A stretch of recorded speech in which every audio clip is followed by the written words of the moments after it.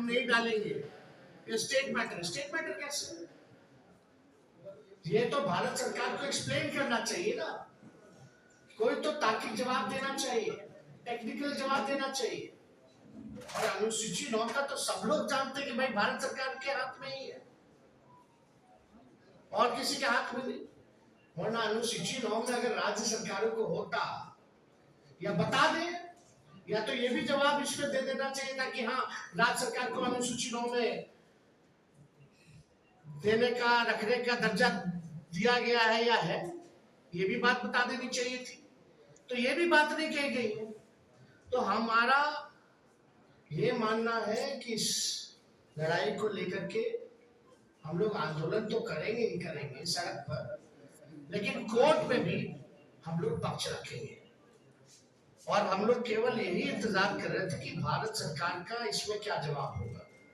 अब यह स्पष्ट हो गया है, भारत सरकार ने मना कर दिया है, तो इसको लेकर के राष्ट्रीय जनता दल अगले सोमवार, सावन का महीना है और हम लोग सोमवार तक हम लोग जो है अपना पिटीशन जो है सुप्रीम कोर्ट में हम लोग अर्जी राष्ट्रीय जनता दल द्वारा अपने पॉइंट्स को हम लोग रखेंगे। और बिहार सरकार को तो ये भी बताना चाहिए कि क्या आप प्रस्ताव जो दिए थे वो वापस ले लिए हैं कि नहीं लिए, या मुख्यमंत्री ने कोई चिट्ठी लिखी है नहीं लिखी है गृह मंत्री को अनुसूची 9 में डालने के लिए। और मान लीजिए अगर भारत सरकार मना किया तो जनता दल यूनाइटेड के लोगों का क्या प्रतिक्रिया है इस पर, यह भी स्पष्ट होना चाहिए।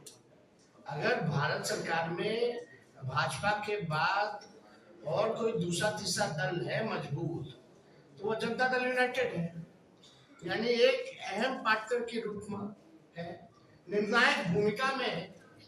तो जब आपकी बात ही नहीं सुनी जा रही है, ना बिहार को विशेष राज्य का दर्जा, ना 9वीं अनुसूची में, और मुख्यमंत्री जी तो हमारे साथ भी गए थे, उनके नेतृत्व में हम लोग सब गए थे हमारे प्रस्ताव पे प्रधानमंत्री जी से मिलने। उनकी तो मांग थी कि भाई जातीय गणना जो है पूरे देश में होनी चाहिए।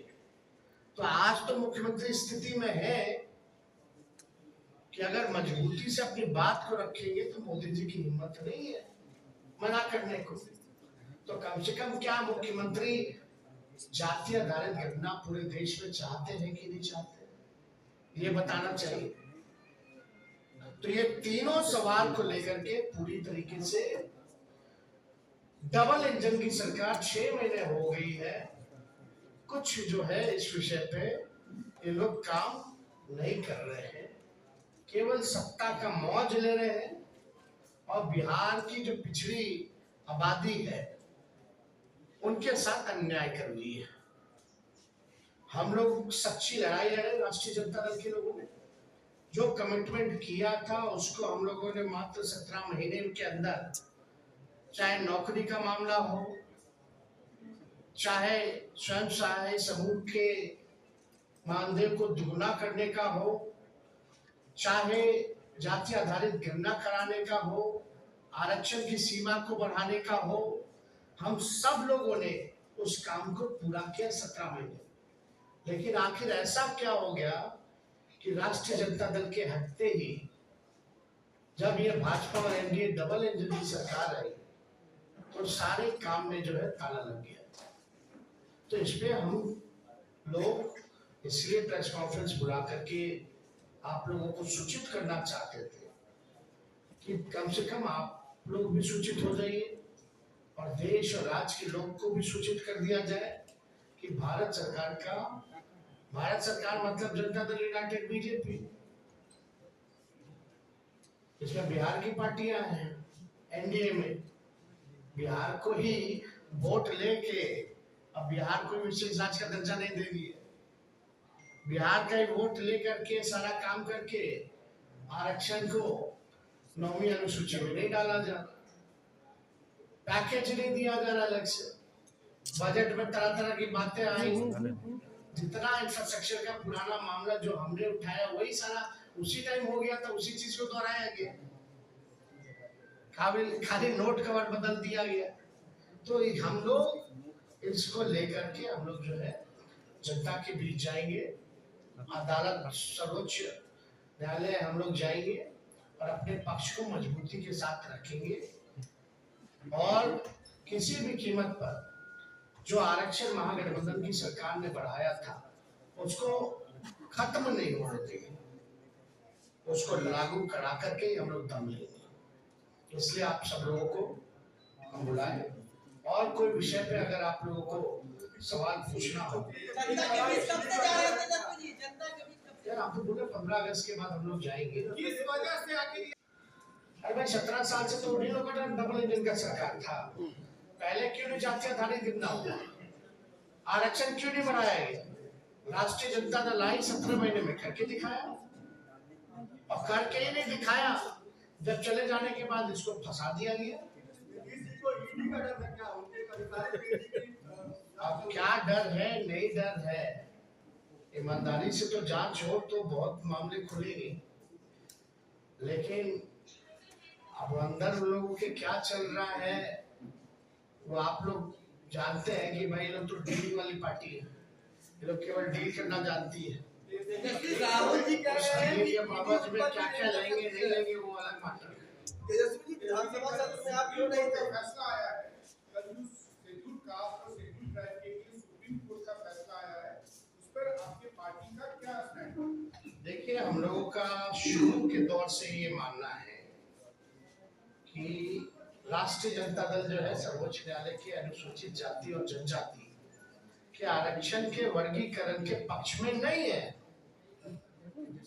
और ये निर्णय 1932 के पुनः पैक्ट और संविधान के मूल भावनाओं के खिलाफ हम लोग इसको मानते हैं। ये साफ बात है। आरक्षण जो दलितों को आदिवासियों को जो दिया गया था इसमें क्रीमी लेयर का क्या मामला है? इसमें आर्थिक तौर पे तो था ही नहीं। बाबा साहब अंबेडकर ने इसलिए आरक्षण दिया था जो सदियों से या अभी भी जो भेदभाव ऊंच नीच छुआछूत जो डिस्क्रिमिनेशन जो चल रहा था उसको पाटने के लिए ये आरक्षण है। तो इसको तो आर्थिक तौर पे ये आया कहां से मामला? तो ये पूरी तरीके से हम लोग जो है इसके पक्ष में नहीं है। वर्गीकरण को लेकर के ये आर्थिक तौर पे नहीं है। अगर आर्थिक तौर पे ही आपको न्याय दिलाना है तो आप नौकरी लीजिए सबको, क्यों नहीं लेते नौकरी? नौकरी की बात क्यों नहीं करते? कितने लैंडलॉर्ड हैं, कितने कम परसेंट, कितना लैंड किसके पास है? सबके पास है। आंकड़ा सबके सामने सार्वजनिक है, डिस्ट्रीब्यूट कर दो। लेकिन आज भी ऐसा देखा गया है, हम लोग देखते हैं कि दलितों की किस तरह से पिटाई की जाती है। जब शादी में घोड़े पे बैठा, घोड़ी पे नहीं बैठने दिया जाता, पूजा पाठ नहीं करने दिया जाता। दलितों और आदिवासियों को तो छोड़ो, अखिलेश यादव जी मंदिर जाते उसको भी धोया जाता है। जीतन राम मांझी यहाँ मंदिर गए तो उसको धोया गया। तो ये जो भेदभाव, ऊंच नीच, छुआछूत, कोई जो है अनुसूचित जाति और जनजाति का मालिक ना बने, उसका वो ना बने। दलित आदिवासी अपना भला स्वयं जानते हैं, अपना निर्णय वो खुद करना जानते हैं।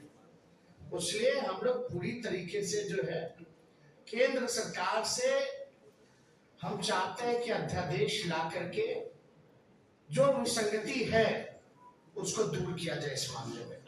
और इसमें क्यों नहीं अध्यादेश लाया जा सकता? जब केंद्र सरकार SC/ST एक्ट को लेकर के अध्यादेश ला सकती है तो इस मामले में अध्यादेश क्यों नहीं लाया जा रहा? तो हम लोग तो चाहेंगे कि एनडीए की जो सरकार है इसमें अध्यादेश ला करके विसंगतियों को जो है दूर किया जाए। राहुल गांधी का कहना है कि की रेड हो सकती है उन पर। राहुल गांधी का कहना है कि उन पर की रेड हो सकती है। देखिए सब तो सबके सामने है, अब कोई मतलब नहीं रह गया रेड मारो या वो करो। ईडी और जांच एजेंसियों का कोई महत्व रह गया है क्या? कोई फेयर है ही नहीं। तो इसलिए इस पे ज्यादा हमको टिप्पा टिप्पणी नहीं करना है। किस प्रकार से ये लोग सरकार का खिलौना बना हुआ है, इन सबको पता है।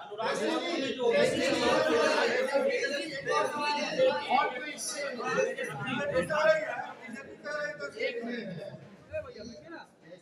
पार्लियामेंट ने ये रिप्लाई दिया है कि ये 9th शेड्यूल में लाना स्टेट गवर्नमेंट सब्जेक्ट है, इसके लेकर कब तो जाएंगे?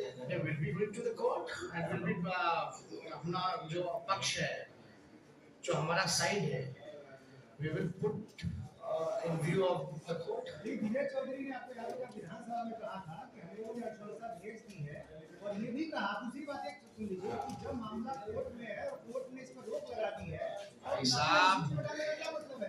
एक मिनट भैया, आप लोग जब प्रेस कॉन्फ्रेंस किए थे कैबिनेट का जब रिकमेंडेशन करा के तब कोर्ट को गया था, तब क्यों नहीं किया बीजेपी का सरकार? तभी 9वीं अनुसूची में डाल देता। अभी की स्थिति में नहीं अरे अभी यही तो शक है कि ये लोग भाजपा के लोग ही जो है उनको खड़ा कर दिया जाता है कोर्ट में। आप हिस्ट्री जरा निकाल लीजिए, जो कास्ट बेस्ड सर्वे के खिलाफ जो कोर्ट गए थे, पहली बात तो बिहार का व्यक्ति था ही नहीं, वो बिहार का व्यक्ति था ही नहीं, तो भाजपा का वर्कर था। तो हम ये कहना चाहते हैं कि भाई जिसका डर हम लोगों को था वो हो रहा है। अब भारत सरकार का इस पर जवाब दिया गया है। अब कोर्ट में है तो हम कहाँ मना कर रहे हैं कि कोर्ट में नहीं है। हम तो कह रहे हैं हम भी कोर्ट जा रहे हैं, लेकिन कोर्ट में बिहार सरकार पक्ष रख रही है नहीं रख रही है अच्छे से, कम हम तो रखेंगे ना अच्छे से, क्योंकि they are the part of the Indian government. अच्छा टेल मी, आप बताइए रिफ्यूज कौन सी सरकार ने किया? Government of India. JDU is the part of government of India और नॉट? उनका निर्णय जेडीयू का निर्णय है कि नहीं है? उन्हीं का निर्णय। तब किसको बोल रहे हैं कि हम यहाँ से, यहाँ भी तो उन्हीं की सरकार है। ऐसा नहीं है कि जेडीयू का जो सरकार है किसी और के साथ, भाजपा के साथ है। अब भाजपा की बदौलत ही है यहाँ, अब वहां इनके बदौलत है। तो मुख्यमंत्री को इतना तो हैसियत अब मिल गया है ना भाई, अब इसकी स्टैंड ले सके, और जो स्टैंड ले ले उसको होना चाहिए। बेटा गिराओ सरकार, तो नियत ही आपका ठीक नहीं है। किस बात का?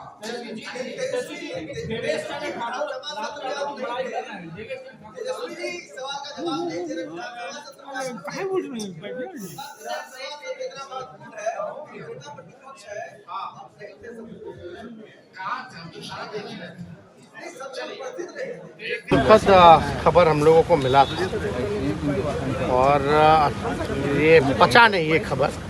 और मुकेश सहनी जी के पिता की जिस प्रकार से हत्या की गई, तो हम लोग पूरे इनके परिवार के प्रति हम लोगों की संवेदना और दुख के करीब हम लोग इनके साथ खड़े। और बिहार में आप समझिए कि इतने बड़े नेता के पिता की हत्या अगर हो जाती है तो कौन सुरक्षित है? यानी अपराधी जो है पूरी तरीके से जो है उनका बोलबाला है बिहार में। और मुख्यमंत्री नीतीश कुमार जी का इकबाल जो है प्रशासन से ख़त्म हो चुका है, भय ख़त्म हो चुका है। अधिकारी जो मन में आता है वो करते हैं, मुख्यमंत्री गिड़गिड़ाते रहते हैं, उनकी बातों को अनसुना कर दिया जाता है। उनसे बिहार चल नहीं रहा।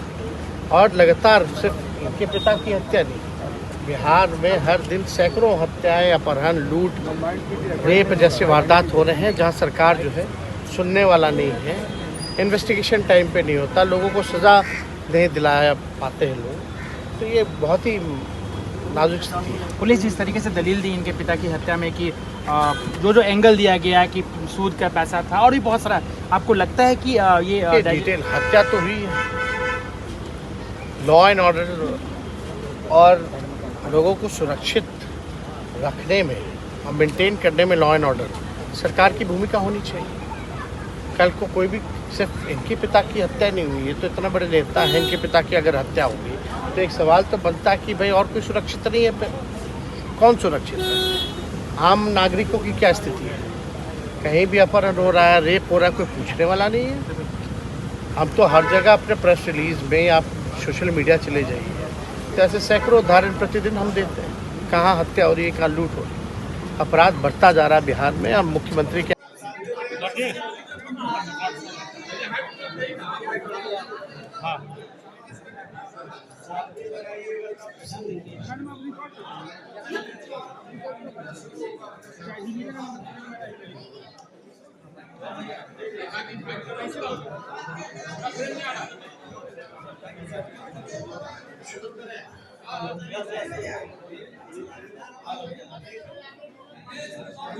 शुरू किया जाए।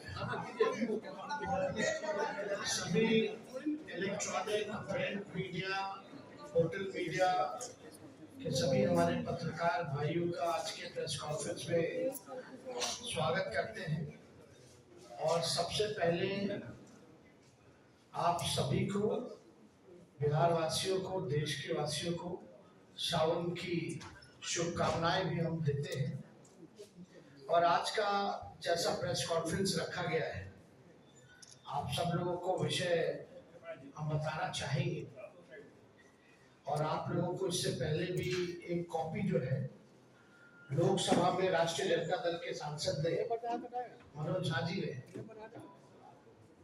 9वीं अनुसूची को लेकर के जो सवाल भारत सरकार से किया है और उसके अवज में जो जवाब भारत सरकार का आया है, उस क्वेश्चन और आंसर का आप सब लोगों को जो है डिस्ट्रीब्यूट किया गया है।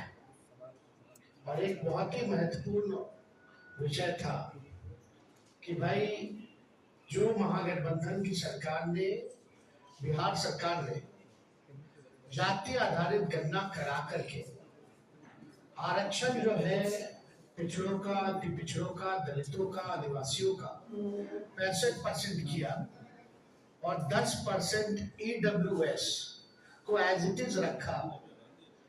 यानी देश के इतिहास में पहली बार किसी राज्य ने जाति आधारित गणना कराई और आरक्षण की सीमा जो है 75% लेकर के गई। एक ऐतिहासिक निर्णय था।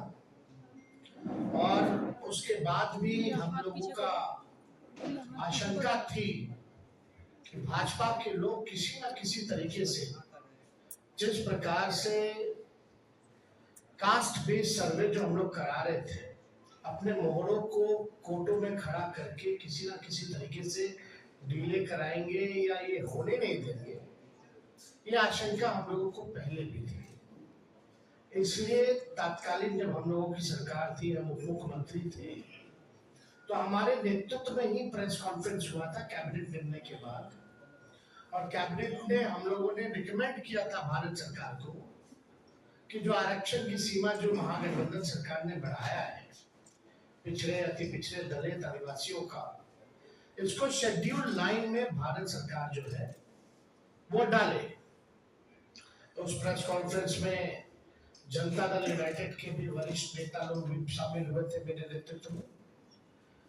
और ये बात स्पष्ट रूप से हम लोगों ने कहा था कि जो रिकमेंडेशन बिहार सरकार ने दिया है उसको तमिलनाडु के तर्ज पर, जो आरक्षण तमिलनाडु का शेड्यूल लॉ में है, इससे कोई भी आरक्षण पे छेड़खानी नहीं हो सकती है।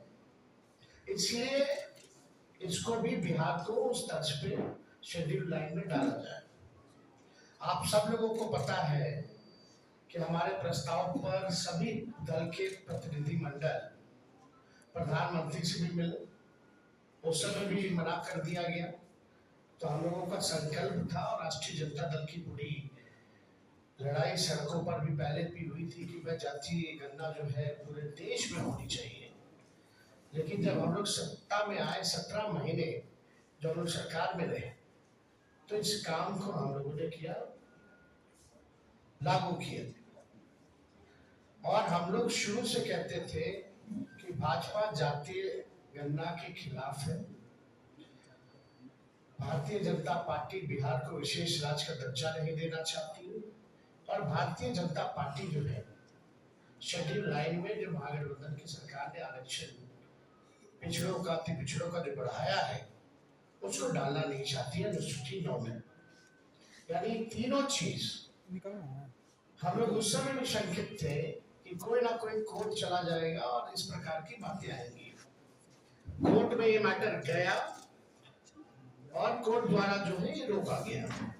फिर ये मामला जो है अभी सुप्रीम कोर्ट में है, और हमने पहले भी कहा था कि अगर अनुसूची 9 में इसको नहीं डाला जाएगा तो हम लोग सड़कों पर आंदोलन करेंगे। और बिहार सरकार किस प्रकार से पक्ष रख रही है हमको, क्योंकि भरोसा नहीं है मौजूदा एनडीए सरकार पर, बिहार की सरकार पर, क्योंकि भाजपा जो है उसमें बड़ी पार्टनर है, और चाहे केंद्र में हो या बिहार में एनडीए की सरकार है। और मुझे पूरा भरोसा है कि एनडीए की सरकार चाहे बिहार वाली हो या देश में हो, ये नहीं चाहते हैं कि जो आरक्षण की सीमा बढ़ाई गई है उसको अनुसूची 9 में डालें।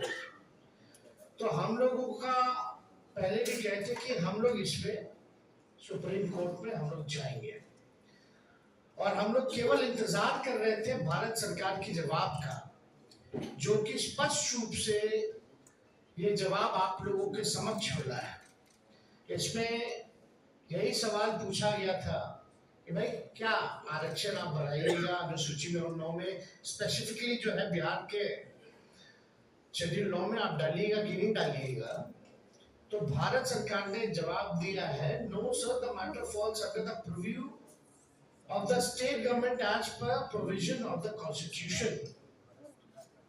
अब आप बताओ, सरासर भारत सरकार झूठ बोल रही है। अनुसूची 9 में यानी शेड्यूल 9 में डालने का अधिकार केवल भारत सरकार को ही है, राज्य सरकार को नहीं है। ये पूरी तरीके से झूठ बोला जा रहा है, संसद में झूठ बोला जा रहा है।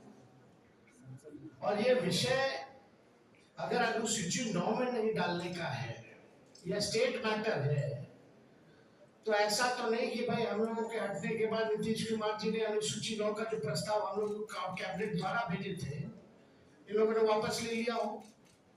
क्योंकि उस समय तत्कालीन जो अभी भी गृह मंत्री आपके अमित शाह जी है, उस समय जो ईस्ट जोन का जो बैठक चल रहा था उसमें भी हम लोगों ने प्रस्ताव रखा था, उनसे मांग की थी कि इसको अनुसूची 9 में डाला जाए।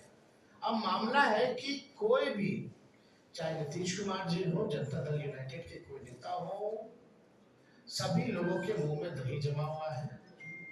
कोई भी इसको लेकर के आवाज नहीं उठा रहा है। जब हम लोगों ने किया था इस काम को तो बड़े ढिंढोरे पीटे जा रहे थे जनता दल यूनाइटेड के द्वारा। अब करेगा कौन? करने वाले भी तो वही है। Janata Dal United is the part of the government of India. तो ये खेल जो ये लोग खेलना चाह रहे हैं, ये साफ दिखाता है कि इनके नियत पे सवाल उठ रहा है, कि इनके नियत ही नहीं है कि इसको शेड्यूल 9 में किया जाए। ये पिछड़े, अति पिछड़े, दलित, महादलित, आदिवासियों के हित में जो काम हुआ है उसको ये लोग नहीं चाहते, स्वीकारना नहीं चाहते, और इसको पूरी तरीके से फंसाया जा रहा है। बिहार सरकार द्वारा कोई ट्रांसपेरेंसी नहीं रखी गई है। जब हम लोग जाति आधारित गणना करा रहे थे तो पूरी तरीके से ट्रांसपेरेंसी रखी गई थी कि कौन से स्टेज पे हम लोग हैं, क्या हो रहा है, नहीं हो रहा है, लोगों को जानकारी प्राप्त होती थी। अब बिहार सरकार सुप्रीम कोर्ट में क्या स्टैंड ले रही है? नहीं ले रही है। मुख्यमंत्री चुप है, उनके सारे मंत्री चुप हैं जो हमारे साथ बैठ करके मेरे नेतृत्व में प्रेस कॉन्फ्रेंस किए थे, कोई कुछ नहीं बोल रहा। यानी बिहार सरकार और नीतीश कुमार जी इतने सीट लाने के बावजूद भी पूरी तरीके से फेल हो चुके हैं, सुपर फ्लॉप हो चुके हैं। ये साबित हो रहा है कि उनकी कोई सुन नहीं रहा, या वो सुना नहीं, या तो वो इंटरेस्टेड नहीं है, या तो उनकी बात को कोई नहीं सुन रहा। क्या क्या नहीं किया गया था बिहार के विशेष आज के दर्जे को लेकर के, क्या क्या आंदोलन दिल्ली से लेकर बिहार तक। अब देने वाला कौन है? भारत सरकार पार्लियामेंट में खड़ी होकर के, यानी उन्हीं की सरकार